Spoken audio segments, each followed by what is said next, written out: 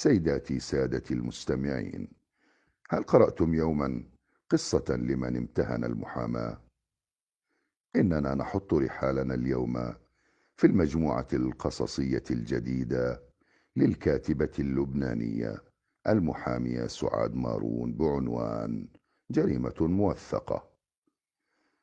بأسلوب بليغ وسرد أدبي سلس تقدم لنا الكاتبة مجموعتها من 14 قصة قصيرة مستطرقة من خلالها قضايا عصرية شائكة وإشكاليات عميقة في قالب من الرمزية والكوميديا السوداء.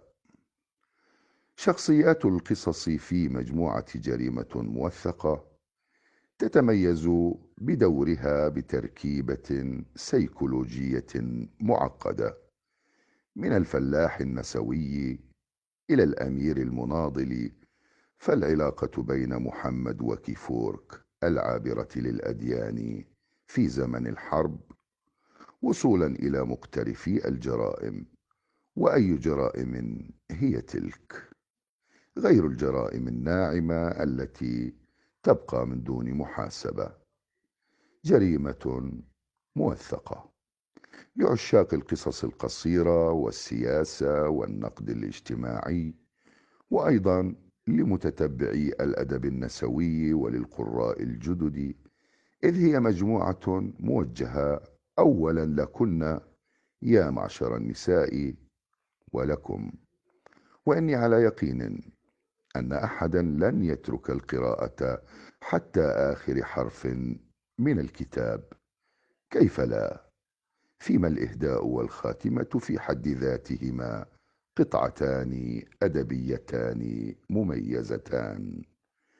لكنكم بالتأكيد ستعودون إلى هذا الكتاب مرارا لتسبروا غور بعض الشخصيات وتغوصوا في الصور الفلسفية والحبكات المسلية، ولتكرروا لذة الدهشة التي تتركها خاتمة كل قصة، وأيضا لتحفظوا عبرا وحوارات رائعة. المفارقة الكبرى في أن هذه المجموعة القصصية على تنوعها وعمقها كتبت في 12 ساعة متواصلة فقط، أجل في ليلة واحدة. كيف؟ عن ذلك تقول الكاتبة: كانت النصوص والقصص تحضر في مخيلتي كاملة ومتزامنة، فأدونها واحدة تلو الأخرى في حالة من الوعي الذاتي والانسياب الفكري النادر. وأنا لازلت أبحث عن تفسير علمي لما حدث، وأخضع كتابي لدراسة نقدية وتحليل نفساني لمساعدتنا على فهم هذه الظاهرة.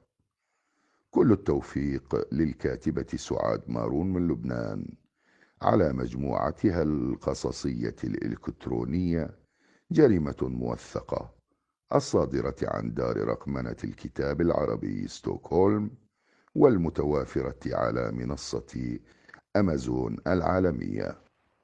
ونحن بلا شك في انتظار النسخة الورقية أيضا لهذه المجموعة القصصية التي ستصدر في بيروت، عاصمة الثقافة والفكر والحرية في عالمنا العربي. ختاما ندعو أمة اقرأ لتقرأ أكثر. هذه القراءة المغايرة بقلم الكاتب اليماني سهيل عثمان سهيل، أداء وتسجيل الصوت الأستاذ ناصر الكردي.